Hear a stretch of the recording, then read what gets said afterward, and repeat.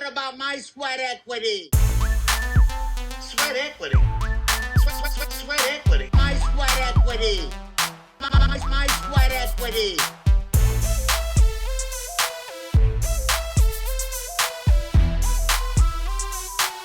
Sweat equity. What about my sweat equity? Ooh, all right. Now we're going. Now you can talk. Rob Cressy, robcressy.com, Cressy Media, Bacon Sports. I'm doing these off the dome. Did I get them right? You got him right. You got a bunch of brands going on. I don't know how you juggle everything, but I saw you send an email out, and even if it wasn't personalized email, even if it was a legit personalized email, I don't care. You're hustling, and I appreciate it. And I saw you're making big moves, and I said, why don't you just come back on the show and talk about it? Well, thank you very much. And it was one part personalized and one part templatized. So to give you some inside scoop, I personalized it because when you and I first met, we were brothers from another mother. Yeah. I had the long hair. We both had comedy backgrounds. We both loved sports. We both loved creating.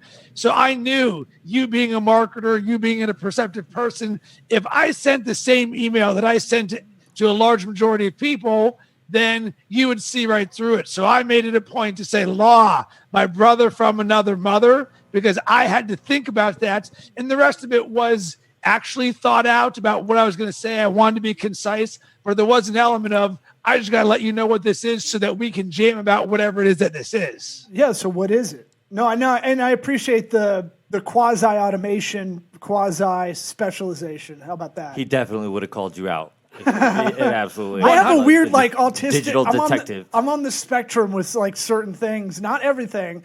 It doesn't carry throughout my whole life. But when you get into doing all the services of, like, email and you kind of get all the tricks and stuff, I like to give people shit when they don't just almost as a way to say, hey, in a different kind of way. Just to go, hey, like my friend Corinne sent one to me the other day that had my name in the title. I was like, this will always make me open it. Yeah. Because she just did whatever the code is to put the first name in there. Well, So you're playing now when you do like MailChimp or any of those, you can put in their first name. It's usually like some kind of code that they'll do like in it for you. populates it. Right. And it'll populate the first name if you have it. So here's actually the formula that you can use for this. So think of it as intro, body, outro. You have the ability, if you wanted to be smart about this, to personalize the intro, personalize the outro, and use the same body that gets the meat of the message across right there. Because I know for you, Law, I can always be like, yo, let's jam. I want to hear what's going on in your world with comedy. Or Eric, hey, what's going on with your personal development, stuff like that. Just these small little sprinkles that save you the time from having to write the same thing over and over again. Just let the meat be the meat. Boom, personalize the top and bottom. Well, I did think about you. We did this recently, trying to make a video, something we were doing for work on a producer's level. Here's a template. Here's something. If we can template anything that's creative, template it. Are you gonna barf? Don't. What are you drink, dude? Don't. God, What? I'm drinking the bubbly water. you're making me grossed out. Or What? I'm trying to hold throwing it up in your mouth the whole time you're talking. I'm not on all cylinders. I got my vasectomy yesterday. Oh yeah, let's talk about that. Rob, you want to hear about it? Do I? When I came on, I was like, you know what I think we're going to talk about today? My balls? Nutsacks. Well, the dude makes a lot of puns. The doctor we both saw, we share a doctor. We're Eskimo brothers in that respect. Yeah. Eric got his done about 2 years ago, and then I finally got around to getting mine done. What is it, two? No, not that long ago. Really? I don't know. Doesn't matter. I thought it was definitely, oh, maybe not. Maybe I'm wrong. I don't know, a year and a half ago, whatever. I still haven't brought my sperm to see if it's clear of sperm. Or Smart. It's yeah. shrewd. Good idea. Yeah. Oh, yeah, I have a real big ask for you because you have to get it to your them sperm. within 30 minutes. And the office is just outside 30 minutes. So your house. Can't. Can I jerk off at your house? Man, yes. I'll go outside fine. in the pool area and do it Sure, like I a don't give a fiend. And but I want to make sure I get it there. I don't want to have a situation like Forget Paris if anybody's seen that movie. It's a great movie. There's a sperm delivery scene. There's a whole meat of the movie about it. Him and Deborah Winger. All right, yeah, Billy put it on the Crystal- calendar, I guess. Law jerks off at my house so that he can make sure he doesn't have more kids. In Great. 12 weeks, yeah. 12 weeks. Yeah, hopefully Throw your it on kids won't there. be there when I do that. That would be weird. It'll have to be during the day at some point. Yes, when please. everybody's gone. Yes. I just need a key to your house, and I'll make sure the dog doesn't see anything. You're a good friend. I didn't think you'd say yes. Why not? I don't know. I wouldn't want anybody to jerk off at my house. Oh, sorry. Well, maybe I'm a prude. Maybe I should think a little bit of that. Are you, Rob? You haven't had kids yet. Are you thinking I about have not having had kids yet. Are you thinking about having a few? I would like to, yes. When you and the missus are down in Sarasota and you don't give me a ring, I do get a little bummed. When I see you guys are so close yet so far, and we don't get a holler. I get it's COVID-19 era, but you could fake like we're gonna meet up and then not. That's usually the LA way I'm used to. That's a weird. You went from do you want to have kids, and I'm upset that your wife does, and you I don't was just call thinking me about when him you're and in his. town. I'm Now not. you're the last person they'd call for kids. No, I'm thinking about him and his wife that are down in Sarasota often, and it kind of When you're crosses. jerking off. Yeah, Okay. yeah. Now you're in it. We're derailed here. So I'll let you in on this. It is not from a lack of intention. It is more a lack of convenience. So Yeah. being down here, staying in my in-laws' place, it's awesome. I dig being down here, but we're about an hour away, and I don't have a lot of everyday conveniences around me that makes me the most mobile person like I would be in Chicago, on top of scheduling and insert whatever excuse that it is. But I just knew in all of this is actually the greater opportunity for us to jam, even though I love the face-to-face side of things. Sure. Just carving out that 4 hours is easier said than done. Sure. I figure there's got to be a sports or activity you went ice skating yesterday. Maybe you'd want to do that What? with Eric. Yeah, you want to go ice skating too? I guess. So you Great think time. about having kids, or y'all? Is that too personal? Not personal enough? No, I mean, welcome to the journey of an entrepreneur. You actually asked about the brand and the website that I'm creating, and there's an element of entrepreneurship and what your priorities are. Plus, I've lived in Chicago in the big city for the last 10 years, so it's a different lifestyle there on top of all of it. And it doesn't mean that we don't think about these things or that we wouldn't want to, but there's a time and a place, and when you feel right on things are going to happen. So for me, I sort of put it out to the universe on when you're ready, when you're not ready. And then from there, you can only control what you can control. And that's something that I hope a lot of people learned in 2020 is don't worry about what you can't control. And there's only certain things I can't control in this process. So that's where my mind's going to be. That's the way you got to be. It's a real politician answer. I like it. You didn't really. But you know what? Like lots of time, husband and wife, they don't. I know, They're quote unquote trying to have kids Here's- for years and stuff, and it's like, well, when it happens, it happens. Here's what I'll And say that's to how you got to kind of look at it. The entrepreneurs out there, if you think about it like I do, you think about it in a time spectrum. You're gonna have less time. But it also at the same time it gives you this weird oomph incentive to get to the next level. So all these things that you're kind of you'll start throwing away a bunch of stuff in your life or you should at least, that doesn't mean anything to you, right? You start looking at shit like fantasy football and you're like, am I wasting a lot of my life doing this? Yeah. And things prioritize. That's what losers say. Yeah. Playoff. Well, I missed by a point too, but Say there, we get the truth. well, it's pretty rough, okay? Pretty pissed. But I mean, stuff like I would watch college and pro all Saturday, Sunday, and then you're just like, it's not that important. Like you prioritize what you really wanted to prioritize in the first place. I'm trying to put a good button on this. Okay. Yeah, no, you're right. No, The you hate your kids, I get it. The all day watching football, yes, that's a bit much. Saturday and Sunday, that's a bad recipe. But, Right. Fantasy football, But you you- can do that 15 minutes a week if you want. You work in the work smarter, not harder kind of philosophy in a lot of senses, because you're gonna be sleep deprived. You know it, and you have to just figure out shit ahead of time if you can. So I don't know. So I was trying to put a That good is spin on actually it. why I prepare for what's difficult when it's easy. When I talked to you guys previously about doing 75 hard or waking up early or some of these other things that a lot of people may not prepare for something, whether it's a baby or whether it's a new job or something else on the horizon, when all of a sudden you get thrown to it and you're like, wow, every industry got thrown upside down. Sure wish I would have had some foresight to get comfortable being uncomfortable at that time. So for me, I like to think about the things that I can do right now when everything's puppy dogs and rainbows, so that when that time comes, when you're sleep deprived, you're like, well, good thing I built that discipline muscle. Yeah, it's good to. I do think about a lot of the times where I go, well, I've done this, I can do this. A lot of the time, I've done that before. That was really shitty. I can get through this. I'm pretty sure, because you've been there at some point. So that adversity memory, I guess, helps. That might be the hardest part. Remembering it ain't and so you're, bad. You're pre-eliminating excuses. Yeah. So I saw you've been in 2020. What have been some of the accomplishments you've gone through in a down year? I saw some stuff you had, like what'd you call it, 75 hard, which sounds like you just wake up for 75 days with an erection. Am I right? Hey, I don't have my sound effects, but Damn. boing or something. Boing, yeah. Got to have some dick jokes in this podcast, or else it's not a real podcast. Look, we cornered the market on business dick jokes, Yeah, right? We opened the show with your Number vasectomy, one. so Well, yeah. Do y'all want to hear more about that? Where I accidentally looked as he was doing stuff.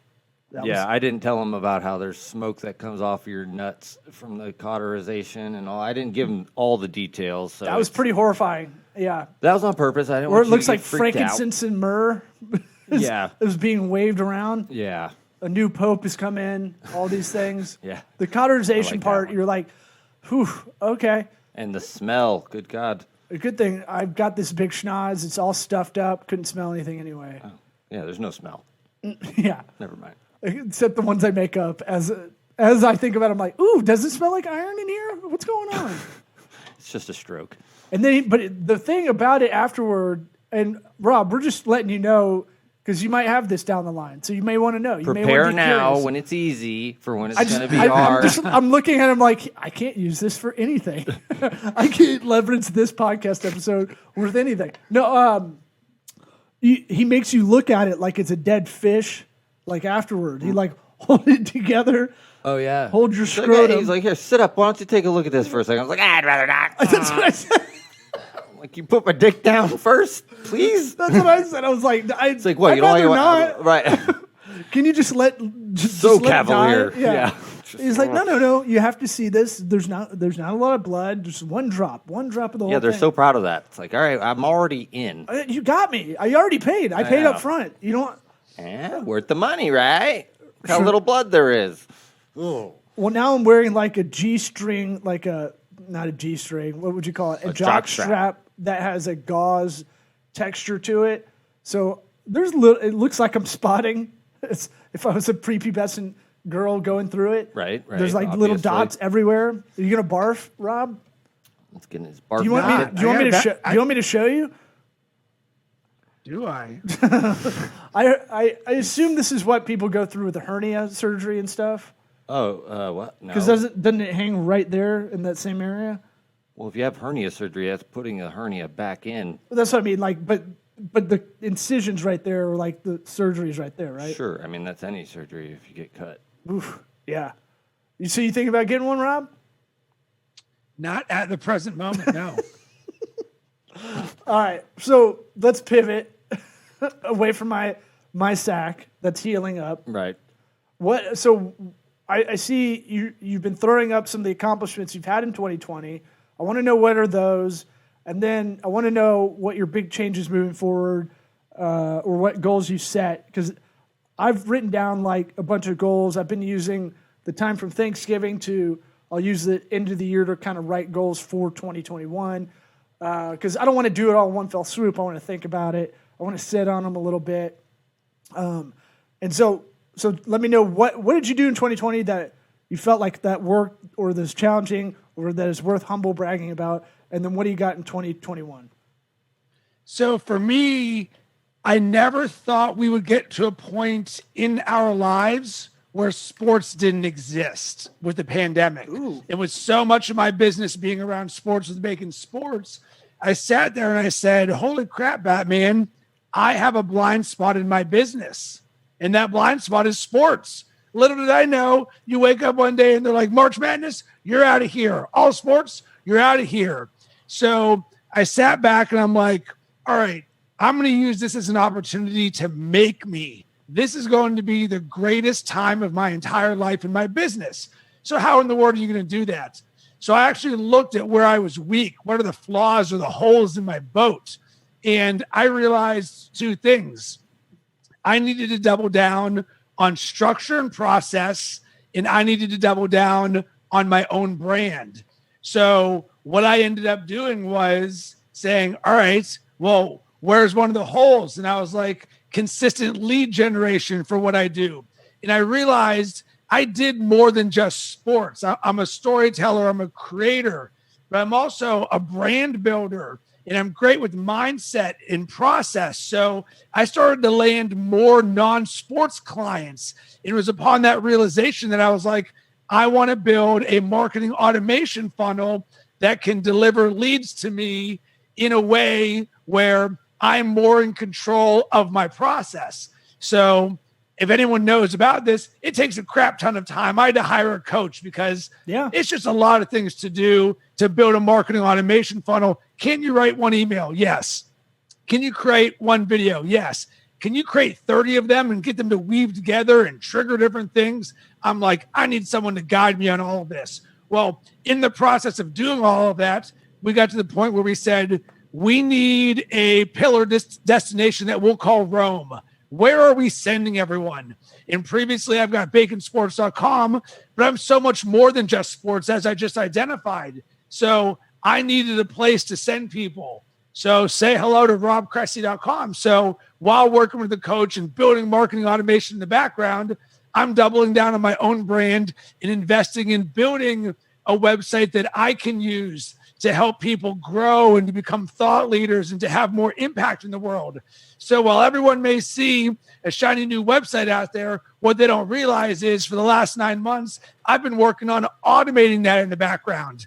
And the first thing that we were doing is automating that around podcasting and helping people and brands launch their podcast. And the next thing is going to be around mindset. And then the next thing is going to be around me as the speaker and the host.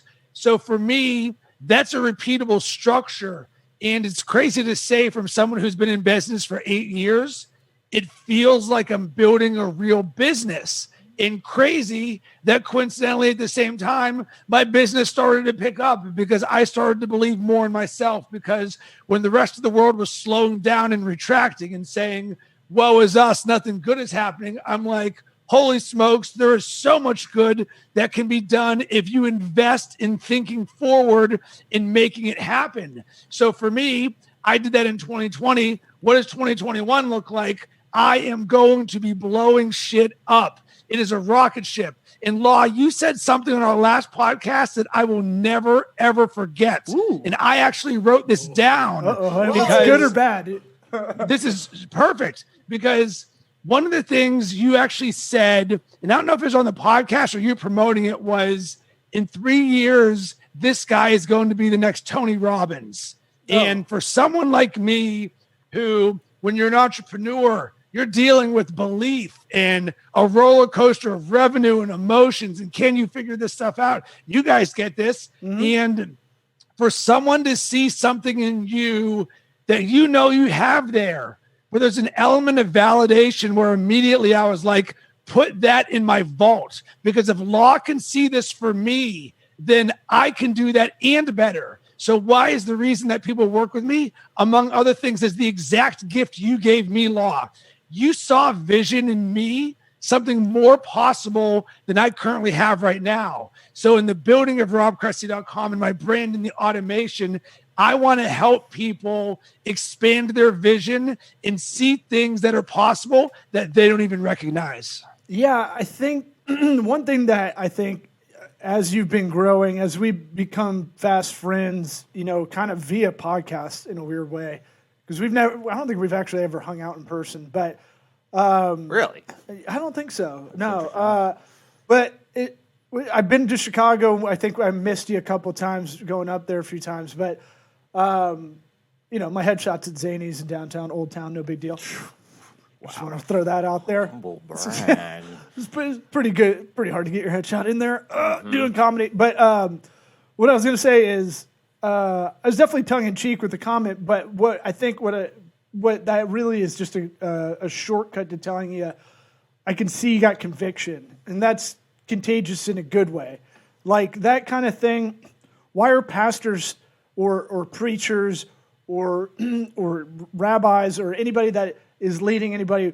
What is that thing that is that intangible thing? And I think a lot of it is that conviction that bleeds through, that you really do believe what you're saying, and you've proven it too. You've been there. I think that's what Tony Robbins, I don't want to speak for Eric, but we definitely talk about motivation is temporary. But if you really buy into the Tony Robbins system, I assume it is a system that is daily, and it is a lot of stuff like that, where it is getting you to level up, or at whatever term that's thrown around a lot these days. Rob kind of sounds like Tony Robbins too. Your voice is similar. Need banana hands. But yeah. I like what you said about the vault. What he said went in the vault. That little positivity thing. It's like when you get down, and it's good to have those kind of go-tos to remember, what other people have said, about you, to kind of validate, I guess, but when you need it.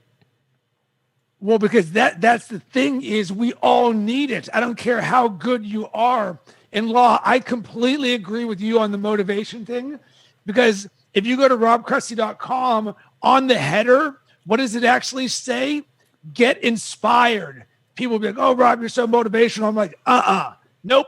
I am not a motivational person, because for me, motivation is a given. I speak to the people who want more, who see possibilities, who see opportunities, who say, I want to be inspired by something so much that I take action, not I need Rob to get off my couch. Yeah. They have to have it within first. Yeah. I think it's probably similar to building a brand anyway. What do you do in the discovery meeting when you're sitting down with someone? What do you guys do well? Well, let's milk that for all it's worth. I mean, that's 101 as you come in as a consultant. If anybody's listening that is trying to do some kind of consulting, a lot of the time you'll get the answer written for you. You don't have to do it out of whole cloth. You just go, hey, what are you doing well? Let's milk the shit out of that. And then you can get into the brand building. Let's tell a story around that. Let's talk about when you guys were down and how you solved that problem. But honestly, a lot of those intro meetings when you talk to any client was like, let's talk about what's killing it for you. I don't want to come in and change everything. I'm just going to be that inspiration, or I'm going to be that catalyst to get you to remember, hey, you did it over here. You're already doing shit over here. You just need to do it better. Stuff like that. Right. You're the real living vault of saying you're already doing the good stuff. Let me support you, because we don't have enough people being cheerleaders or champions for others. So one of the declarations that I read every day is I'm a champion for everyone, because I legitimately, when someone comes to me and says, Rob, I want to launch a podcast, I'm like, awesome. Tell me your vision. Tell me the very best thing you can imagine. And I had one guy say, Rob, I dream of speaking at a school where everyone there is there because they listen to my podcast. And I was like, ooh, I love that. You can do it because I've done that, and I know how you can make it happen. And it is that simple belief that isn't there enough right now. So as we look at 2020, I think a lot of people lost their belief. So sometimes you need a nice word from Law or Eric, or you need someone to join your team from the outside that says, well, wait a second, I'm vested in your interests. Let's go and make this happen. Yeah. I'm. What is this daily declaration you just mentioned? Do you have written down mantras or beliefs that you're saying out loud every day, kind of thing? So in the last month, so here's something new for you guys. We've already talked about how I think about meditation and sort of reading and journaling and all of this different stuff. But I invested in a coaching program that has been game changing. It was called Being a Client Magnet. And it's something that I already read affirmations every day, but there was a subtle distinction. In affirmation, are you trying to convince yourself of something? Yeah, but instead, almost validate yourself. Right. But what if instead we call that a declaration? Because you could be like, I am great, or you come in and you're like, I am great, or boom, you're declaring this stuff. And what this program really is doing is actually saying, all right, Lon, Eric, I want you to audit all the judgments and self-limiting beliefs that you have for yourself, all the things that are holding you back. Let's get dirty. Let's get deep. Let's get ugly. And you're like, ugh. You're like, all right, well, Active my sperm. business isn't. Did it. Me too. Cut it Hey-o. off. Boom. We're done. Done. See you guys later. Yeah. All right. Sorry. So it's like my business isn't growing fast enough. So you sit there with that, and then you're like, all right, well, why would you intentionally say that to yourself? Why are you doing that judgment? So then the act is, can you forgive yourself and see yourself in this innocence? Because none of us would consciously wake up in the morning and be like, Rob, feel like crap today because you're not growing fast enough. You're like, all right, cool. I forgive myself for this. So then you say, well, what is a powerful declaration that can live inside my being, that when I wake up every single day, this declares who I am? So I'm like, all right, let me sit with this. Let me feel this. And I'm like, I am a revenue generating juggernaut. And I'm like, whoa, we got some power to this thing. So when previously we started with, I'm not growing fast enough. Now it's, I'm a revenue generating juggernaut. So now every morning, as part of these declarations, I'm reading them like a boot sequence to a computer to start my being. I'm no longer affirming to myself, this is who I am. I'm a revenue generating juggernaut. And with this, there's an energy to this. Because previously, if it was like, well, Rob, why did you not grow fast enough? Because there was an energy in me, even if invisibly, that was saying, I am not growing fast enough. And there's some weakness that is being projected on others. So why don't you bill more? Oh, I don't know. Do they have the money? Are they the right clients? This little bitch voice is in here projecting my own judgments of myself onto them. So how are you ever going to land monster clients if you're always saying, oh, I'm in scarcity mode all the time? Boom. Let's flip that bad boy around and be like, no. We are assuming and we know we are crushing and we're a juggernaut. And it all comes back to, once again, this belief that we have in ourselves in this journey. And in order to be Muhammad Ali and be the greatest, you've got to first believe that you are the greatest. So now let's rinse and repeat for all the negative things that we have in our lives, turn those bad boys into powerful declarations. Then you wake up in the morning, you're like, I'm ready to be Neo in the Matrix. What's my boot sequence? Oh, yeah. I'm doing that. So New boot sequence. I'm writing it down. Matrix 4 coming out soon. What do you say when people want to call this hogwash? Because you definitely, I'm gonna bet there's a lot. Let them say it. I'm gonna bet. No, like, I'm saying I'm gonna bet there's a lot of people that want to poke holes through this and with their own insecurities of what's going on. So when someone calls you out as like this being a little hogwashy, what do you say? There would really be two answers to this. Number one, I don't give a crap because I don't do this for you. So if you don't believe in this, I'm all good because I'm a freaking revenue generating juggernaut. So if you're sitting over here being like, oh, let me poke holes in the guys who's going to be a multimillionaire, be my guest, no sweat off my back. But that's really what I think. But the other answer would be, all right, I would ask them and say, well, cool.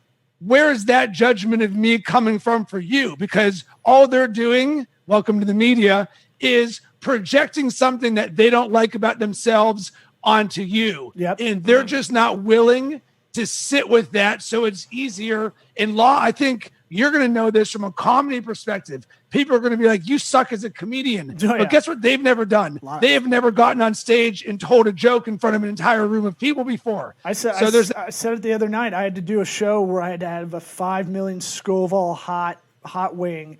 I ate one bite and I could barely fucking talk. You have to do 5 minutes after that. And I was getting kind of pissed. And at one point I was like, someone was like, tell a joke. I was like, You fucking write one original joke. Fuck you. Fuck How you. about that? You write one original joke and then come up here. And there, he fucking was like, Yeah, the hecklers are always the ones that they think they're funny. And I was in between like But barfing. they don't have the balls. But I was like, you. Oh, yeah. Rob, he recorded it, but the video was all that recorded, and it's enough. The video alone of It's seeing bad. him be like, it's so good. I turned bright red. My chest and face just get red. And my whole body went to fucking flight mode. Just the look of seriousness that you get. I'm like, oh, I know he's actually. I tried not to throw That's up. good. It's not People the thought I was playing it up, and I was like, I had to take a knee. Nope, I saw it. That's real. Timeout. I'm gonna use my first of 3 scheduled timeouts. And then please. I got just enough of a breath to call out the one guy who was talking shit to me. And then I was like, oh, this is a real fucking cool show. Real cool show. Stand-up's really fucking easy. And then let's make it a lot goddamn harder. And let's make it so you can't use the one goddamn tool you have in your tool belt is your fucking voice. And then everyone's like, I got a little bit of a laugh, and I was like, I'm out. And then I just And you unplugged the microphone and you threw it in the street. Oh, man, it was bad. The guy after me puked immediately after. Really? Oh, everywhere. Like, dude, 5 million Scoville. I took one bite, and my whole body's like, Yeah, that whole nope. measurement system is all just like, once it gets past like 10,000, it's all burning your dick off. Yeah. I actually talked to the vasectomy doctor about that today, making small talk. Well, Wow. So, 'Cause I- Law, or I would yesterday. like you. I would like you to throw this in a bit because I actually laughed from that story. So I actually think you doing that is actually the bit for your bit. Well- Because if you reenacted this entire story for me, where you drop down on a knee and you're like, I'm sitting here dying, and you over dramatize, like I'm legitimately laughing right now. So if you can get that laugh out of me just telling the story, then you've got something. I remembered recently a line from, I think Pete Holmes used to say it, and he was borrowing it from someone else. But if you don't have an interesting life, you're not going to have an interesting act. And if you're not going out of a limb and doing some stuff that's a little bit outside your comfort zone, then you're not really living.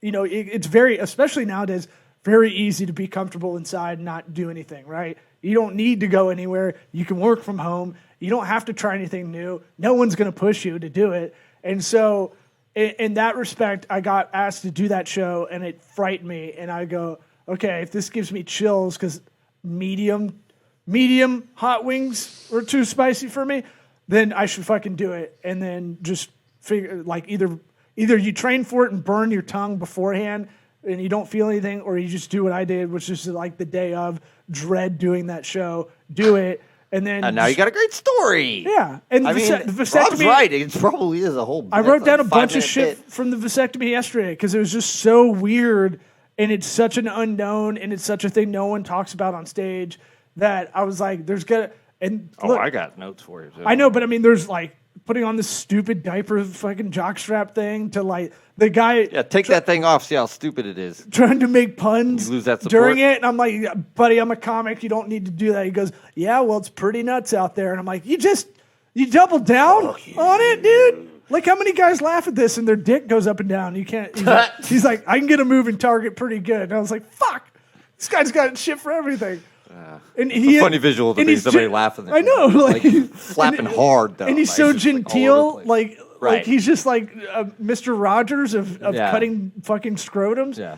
And he's just like, you know what? It's just you might as well have a fucking cardigan on. This is like how like it might as well have been slippers and a cardigan and just like, ooh, let me just fix that little tear for you. Yeah, I know. And then he holds your dick like it's a dead fish at the Yep.